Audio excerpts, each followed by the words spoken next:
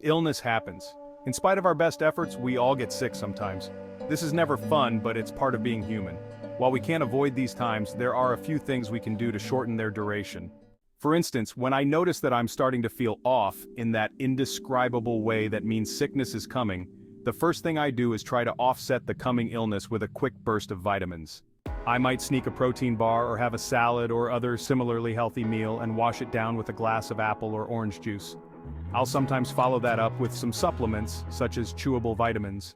Another trick I learned was to place a small amount of mentholated rub on a cotton swab and dab a bit in my nose and ears. It feels a little weird for a while, but this has helped me stave off colds time and again. After that, I try to slow my pace and take things somewhat easy for a while. If there are any tasks I have scheduled that can be put up for a short while, I shift them to the back burner while I focus on self-care. That's not always possible, of course, but a bit of rest, however brief, can work wonders on overall health. If the sickness is still coming on after these methods, I turn to preventative medicines for assistance, usually in the form of different daytime cold and flu pills and pain relievers. I'm not always the picture of health.